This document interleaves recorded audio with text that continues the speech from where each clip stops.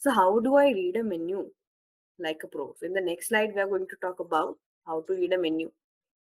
Is you can see on the left, this is like the breakfast options: oranges, stewed figs, rolled oats, and it's not giving any kind of ingredient list below, right? But there will be menus like this wherein you will have the recipe and all the ingredient list listed down below, so that you have a better clarity on what is actually going into your stomach, right? So the first thing here is always look at the ingredients of the recipes that is listed down on the menu. And when you're ordering something, right?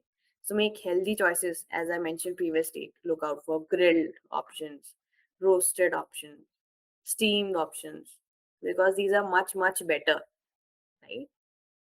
Now, what to look out for again is anything that is mentioned: some crispy potatoes, breaded fish, smothered something, because these usually means these things are really high in fat or maybe fried, right? So you have to request for the modifications. Modifications in the sense you can ask them, please don't add. I want to know if there is any added sugar to it. Can you please make sure that there is no sugar added to it? Or you can ask about the sauce that is being there, right? You can ask them to make it light on oil, like maybe like prefer steaming or stir frying it, right? And always ask about the ingredients, because if you're not asking about the ingredients, you will not know what exactly will increase your spikes later on, right? Because these have hidden sugars and starches. So if you're having a meal and that has a lot of starch in it, that starch will break down into different molecules of glucose, and that will like increase your spikes later on, right? Now, if I've read my menu, there comes add my meal. Now there comes the drinks and the desserts as well, right? So what to watch out for when I'm having any drinks or desserts? The best things would be water, right? That's the universal solvent as well. Water is will help you in balancing your electrolytes. Water will make sure that you're hydrated enough. Water will make sure that there is no cravings. That will kick in some, that will kick off some cravings as well. So water is very much better. But if you do not feel like having just water, you can go with infused waters. You can go with unsweetened teas. You can go with black coffee as well. Club soda with lime is also a good option. I'm not talking about just the sodas. I'm talking about the sodas with lime in it, because lemon also helps you in reducing your sugars to some points. Maybe it will be a 5 or 10 point of reduction, but that also helps, right? Now talking about the desserts. So I know that there will be a number of desserts there. Something with so much fat there, something which has a lot of sugar in it. So because most are high in sugar, to be honest. So opt for fresh fruits or a small piece of dark chocolate. Maybe you can ask them for healthier alternatives, like if there's chia pudding, if there's overnight soaked oats, or something like that, right? To make sure that you're having something healthy. Specifically, it will be better if the sweetness is coming from fruits, because that is a natural sweetener, right? And fruits will also have some fiber. It's not that they will have just sugar. They will have vitamins. They will have antioxidants as well. So if you talk about, for example, I've given for orange juice, right? So this is a glass, and it will have, for me to have one glass of orange juice, it will be there will be 10 to 11 oranges in it, right? But if I'm having orange on its own, I cannot overeat it. I can have barely 1 to 2 or 3 max, right? Though when I'm having that orange on its own, that will have some fiber, that will have vitamins, that will have minerals as well. Because vitamins are there, fructose will also be there, but it will not be as high as we compared to the one glass of orange juice. Because one glass of orange juice have 10 times more fructose than you have it than a simple orange, right? So instead of going for juices, it's better if we are going for fruit based things, fruit salad, something like that, right? Now, what are the foods to avoid? Regular sodas, sweetened teas, fruit juices, and blended coffee drinks, because that can have some whipped creams as well, and that can have some hidden sugars or added sugars or some good amount of high amount of fat in it. That can lead to a spike later on, but not instantly. Now, the other drink is alcohol, right? So we had a notion that wine is like really red wine is like a healthier option when you're when you're dealing with type 2 diabetes, right? But recent studies have indicates that even moderate alcohol consumption may increase the risk of heart diseases, may increase the risk of other health issues, including certain cancers as well, right? So it's always better to not have it. But if there's, as we said, peer pressure, right? If you're in a meeting and the client is having that, right? So make sure that you're having the smallest concentration, and instead of like repeating it, maybe just make one glass last longer, right? So I think let's look at some videos that will help us understand what actually happens when we're having alcohol. And pizza together does to blood sugar levels? Let's find out. Today I'm having a 330 ml pint of Kingfisher Ultra along with half of a medium Domino's chicken pepperoni pizza. This whole meal is about 770 calories. Let's see what happens. Let's see what my glucose monitor says. Oh my god. Only 15 mg increase? This means that beer was more successful at reducing the blood sugar spike caused by the pizza than even salad. Quick comparison, when I had pizza on its own, my blood sugar levels had increased by 38 mg. And when I had a salad before having the pizza, my blood sugar levels increased by 21 mg, which is great, but this is lower. Plus, if you notice, after 45 minutes, my blood sugar levels actually started falling below baseline, the blue dots. And it took almost 4 hours for them to come back to normal, which is insane because I had pizza along with the beer. Now, obviously, I'm not going to start having a beer every time I have a pizza, but this is very interesting to know. Do you know what having Now let's look at the doctor's explanation as well.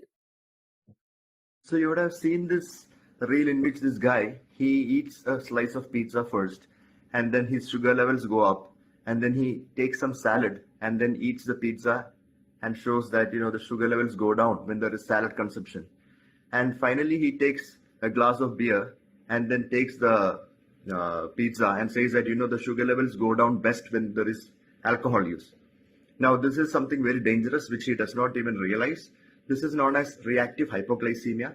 The alcohol in the beer stresses the liver, and the liver, which produces and releases the glucose, is unable to do so. So, an organ under stress, the sugar levels come out lesser, and drinking a beer or alcohol to reduce your sugar levels from food is a really bad idea because that actually comes at the cost of an organ's function. So, please remember this and stop listening to morons. Now let me break it down for you. What actually happens in your body when you're having alcohol? When you're having alcohol, that tends to decrease your spikes, and you're like, okay, alcohol is really helping me reduce my sugar. So why don't I have it with my meal? But that's not the case. What is actually happening in your body is your liver's concentration is now on reducing that alcohol out of your body, because your liver considers alcohol as a foreign material. It considers it as toxin, right? So it's basically like reducing or removing that toxin out of your body. So your liver's focus shifts from releasing sugar instead of removing that alcohol from your body. So while the liver is doing that, while the liver is reducing, kind of removing that alcohol out of the body, you will notice that the readings are on the lower side, and sometimes it can go as low as below 70 mg per dl as well, right? And we do not want our sugars to be less than 70, because that is called hypoglycemia, reactive hypoglycemia, as it was said, right? So we have to make sure that if I have the option to not have it, it's the best option to go for it, right? If I'm having alcohol, it's better that I pair it with some protein and fiber rich item, right? So now let's talk about the 5 smart strategies for healthier restaurant dining, right? It's always better to plan ahead. Browse your menus whenever you're going to a restaurant. Look out for all the available options there, because that will also save you some time when you're ordering something. Unless you're just looking at it for a good 20-30 minutes and looking at what exactly to order.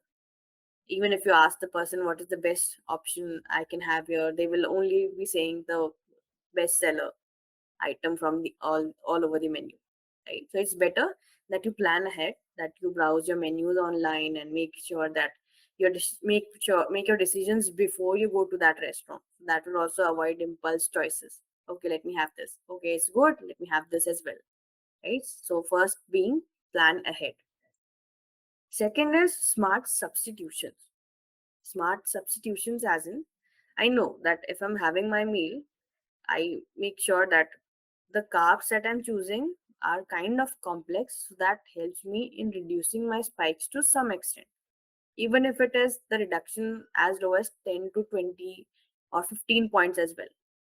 So I will opt for whole grains instead of refined flours, instead of any kind of other flours, because the grain size also matters, right?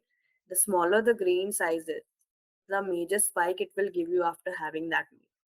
The bigger the grain size is, the smaller spike you will see after, because the grain size which is bigger is like a bit more complex than anything that is flour, right? So it's better that you opt for whole grains, lean proteins, and meals that are packed with veggies. The third thing is portion control, which we have been talking about in most of the slides, right? So if there's a huge portion, if the amount is bigger, maybe I just have a small dish and I just have as per my hunger. So like till I'm 80% full. Because if I'm having it just because I like it, I may overeat as well, right? And that will also like increase a bit more calories than what I actually wanted to have. Right? So it's always better that you portion control. If you're eating out with friends, maybe you can just use the half and half method. You can request for half portions as well, or you can box up half of your meal to manage your serving sizes. Fourth is the sauce and side strategy, right? So whenever there's a dish, they will just pour the sauce all over it, right? But it's useful if you ask them to keep the sauce on side, right? Because that way you'll be able to analyze how much of it you really need, and that will also save you from some calories. That and make sure that the sauces that you're choosing is not high in fat, is not high in sodium, is not high carb, rather it's low carb, low salt, right? So always ask for the sauces that are being used. You can go for vinegar dressing, you can go with mustard sauce, you can go with other sauces. Even if the sauce, if you do not like the sauce, you can just ask them to add more herbs for that extra natural flavor, so that you do not need any sauce, right? So choose your grilled, steamed, or roasted dishes and limit your sugary sauces and high carb sides. The fifth being hydration. Now, hydration is the key. Stick to water, avoid your sugary drinks, and stay hydrated and cut any unnecessary calories. Because most of the time, it's just that if I'm dehydrated, I may have these sugar cravings kick in, right? If I'm dehydrated and may feel like I want to have something chocolatey, I want to have something crispy, I may have salt cravings as well. So, first, I have to make sure that I'm drinking enough water to try. Maybe I just have water 30 minutes before my meal to try and analyze if I was actually, because your brain does not differentiate between hunger and thirst, right? So if I'm having water, if it was dehydration and due to dehydration the sugar cravings were kicking in, that would go away. So it's always better to have your water 30 minutes before and after your meal. That helps you in staying hydrated. That helps you in making sure that there is a good electrolyte balance as well. And if you're having your water 30 minutes before or 30 minutes after, or maybe 1 hour before and 1 hour after your meal, it will help you in digestion process as well. Because sometimes it's happened that when I'm having a meal, I just like end up gulping a lot of water in between. Now that's actually not good for your body, because basically you're just pushing that food into the gut faster than it usually does. Right? So it's always better to have a gap at least 30 minutes before and after meal and have your water like that. That will help you with digestion as well. Right? So now let me ask you another question here. If a restaurant doesn't have many options, many healthy options to choose from, as Apurva was saying that there is a lack of healthy options at a place that I'm choosing, what do you do? Do you find the best available choices? Do you go for grilled, protein, veggies? Do you ask for special modifications? Do you skip the meal or eat very little? Or you don't stress about it and eat what you like? I'll wait for the answers.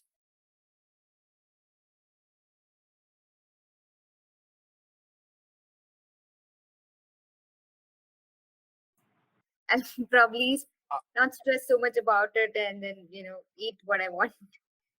Okay, I'll go for modifications. that's good.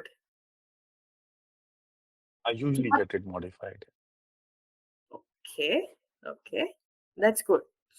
So if you're not stressing about it and you're eating what you want, it's okay sometimes to forgive yourself, right?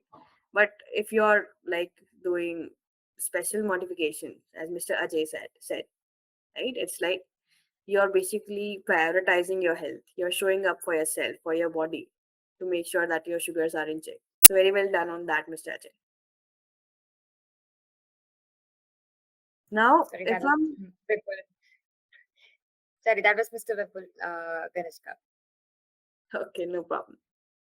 So if we are going to a place like Chipotle, right? Because most of us go there. So what do I order there? How do I order healthy at Chipotle while making sure that my sugars are also in check, right? So first I look at what the base of my salad is. So I'll build a balanced bowl or salad. I start with the base of greens. I layer it with small portion of brown rice because it's better than white rice. It will have some protein as well, right? It will have more fiber in it, right?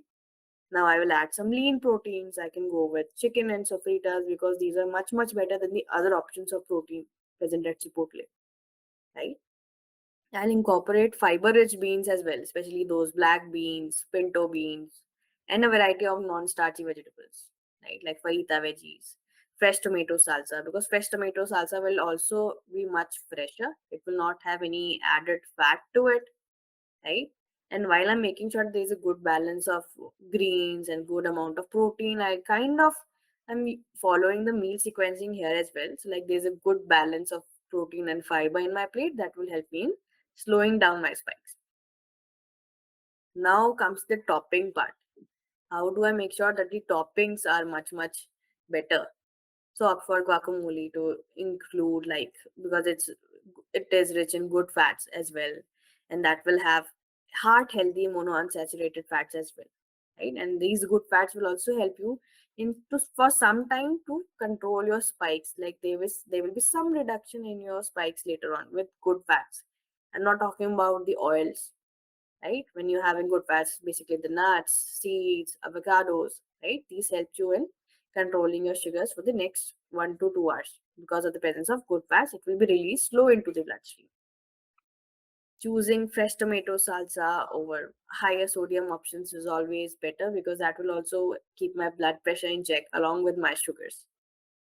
And it's always better to limit your high calorie additions like cheese and sour cream. So instead of that, like tomato salsa is a win situation.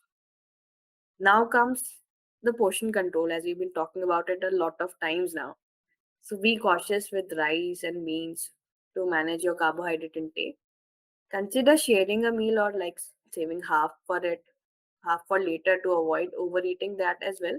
If you're enjoying your particular salad, if the quantity is more, maybe I can just save half and have some later. That is always, always better, right? I hope that I was able to cover all of it. I hope that you will now be making better choices while eating out. Thank you so much, Kanashka. The forum is now open for questions. If anyone has questions, please feel free to ask. Thank you, Kanishka. It was good. We'll talk more during our session. Great, great. So in case if there are no other questions, I think we can wrap up this session. Thank you so much, Kanishka. It was really helpful. You've covered so many great topics, right? These are like practical strategies that are needed for anyone to live. It was not too theoretical. It was easy to understand, and it was like it actually gave us the way to order right in different cuisines and also how to read menus. So thank you so much, Kanishka. It was really nice listening to you. Thank you. Thank I'm you. happy that Thank I you. was